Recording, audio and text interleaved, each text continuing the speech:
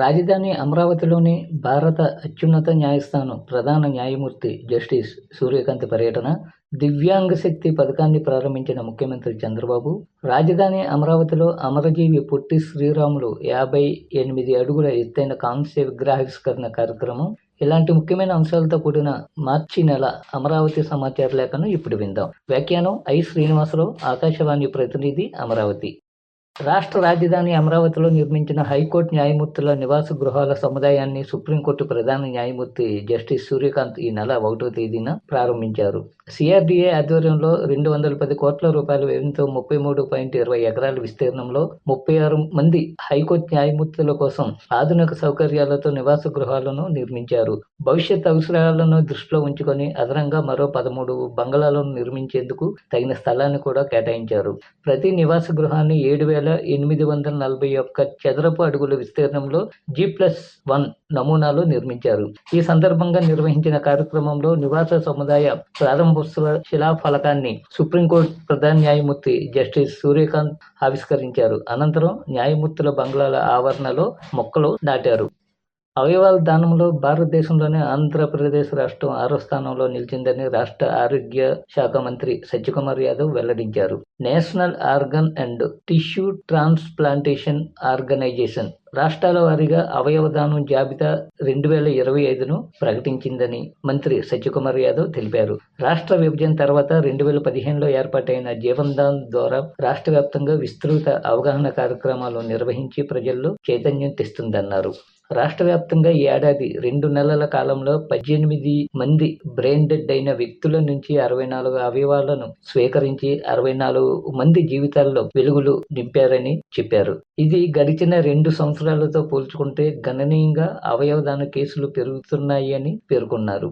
గత ఏడాది మొదటి 2 నెలల్లో 12 మంది బ్రెయిన్ డెడ్ అయిన వ్యక్తుల నుంచి 31 అవయవ దాన మార్పిడి జరిగితే 2024లో 10 మంది బ్రెయిన్ డెడ్ వ్యక్తుల నుంచి సహకరించిన 30 అవయవాల మార్పిడి జరిగాయన్నారు. ఈ ఏడాది మరింతగా విస్తృత అవగాహన కార్యక్రమాలు నిర్వహించి బ్రెయిన్ డెడ్ అయిన వ్యక్తుల నుంచి అవయవాలు స్వీకరించి అవయవాల కోసం ఎదురు చూస్తున్న బాధితులకు భరోసా కల్పించేందుకు కృషి చేయాలని జీవన్ దాన్ సమన్వయకర్తలకు, స్వచ్ఛంద సేవా సంస్థలకు మంత్రి సత్యకుమార్ యాదవ్ సూచించారు.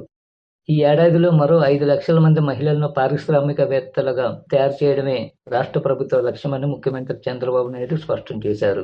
గతంలో చెప్పినట్టే ఏడాదిలో 1 లక్ష మంది మహిళలను పారిశ్రామికవేత్తలను చేశామని, వచ్చే ఏడాదికి దేశంలో 6 లక్షల మంది మహిళలు పారిశ్రామికవేత్తలుగా ఉన్న రాష్ట్రం ఆంధ్రప్రదేశ్ అవుతుందని ఆశాభావం వ్యక్తం చేశారు. ప్రతి ఇంటి నుంచి ఒక MSME ఉండాలని, అందులో 50% మహిళలే ఉండాలనేది తన ఆకాంక్ష అని ముఖ్యమంత్రి అన్నారు. అమరావతిలోని పరేడ్ గ్రౌండ్స్ లో మార్చి 8వ తేదీన రాష్ట్ర ప్రభుత్వం నిర్వహించిన అంతర్జాతీయ మహిళా దినోత్సవ వేడుకల్లో ముఖ్యమంత్రి చంద్రబాబు నాయుడు పాల్గొన్నారు. కార్యక్రమంలో ముందుగా విద్యార్థినులతో కలిసి ముఖ్యమంత్రి మహిళలకు అభివాదం చేశారు. అనంతరం స్వయం సహాయక సంఘాలు తయారు చేసిన ఉత్పత్తుల విక్రయాలకు సంబంధించి స్వయం ఏపీ లోగోను ఆవిష్కరించారు.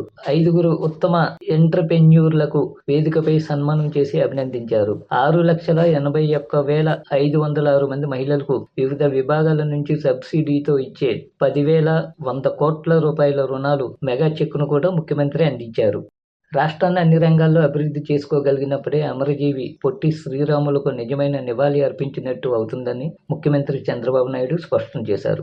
పొట్టి శ్రీరాములు స్ఫూర్తిని నిరంతరం గుర్తుపెట్టుకుని రాష్ట్రాభివృద్ధి కోసం పనిచేయాలని సూచించారు. దీనికి అనుగుణంగానే అమరావతిలో 58 అడుగుల పొట్టి శ్రీరాములు భారీ కాంస్య విగ్రహం ఏర్పాటైందని, అమరజీవి త్యాగానికి గుర్తుగా ఆయన విగ్రహానికి స్టాచ్యూ ఆఫ్ సాక్రిఫైస్ పేరు సముచితమని ముఖ్యమంత్రి అభిప్రాయపడ్డారు. అమరావతిలోని శాఖమూరు పార్కులో ఈ నెల 16న పొట్టి శ్రీరాములు 58 అడుగుల భారీ కాంస్య విగ్రహాన్ని ముఖ్యమంత్రి చంద్రబాబు నాయుడు ప్రారంభించారు. పొట్టి శ్రీరాములు 125వ జయంతి సందర్భంగా ఈ భారీ విగ్రహాన్ని ఆవిష్కరించి ప్రత్యేక కార్యక్రమం నిర్వహించారు. పొట్టి శ్రీరాములు 58 రోజుల నిరాహార దీక్షకు గుర్తుగా 58 అడుగుల కాంస్య విగ్రహాన్ని అమరజీవి పొట్టి శ్రీరాములు మెమోరియల్ ట్రస్ట్ ఏర్పాటు చేసింది. అమరావతిలో తొలి భారీ శిల్పంగా పొట్టి శ్రీరాములు విగ్రహం నిలుస్తుంది. శాఖమూరు పార్కులోని 6.8 ఎకరాల్లో అమరజీవి కాంస్య విగ్రహాన్ని ఏర్పాటు చేశారు. ఇది మార్చి నెల సమాచార లేఖ. ఏప్రిల్ నెల అమరావతి సమాచార లేఖతో మళ్ళీ కలుద్దాం. సమర్పణ ఆకాశవాణి కేంద్రం, విజయవాడ.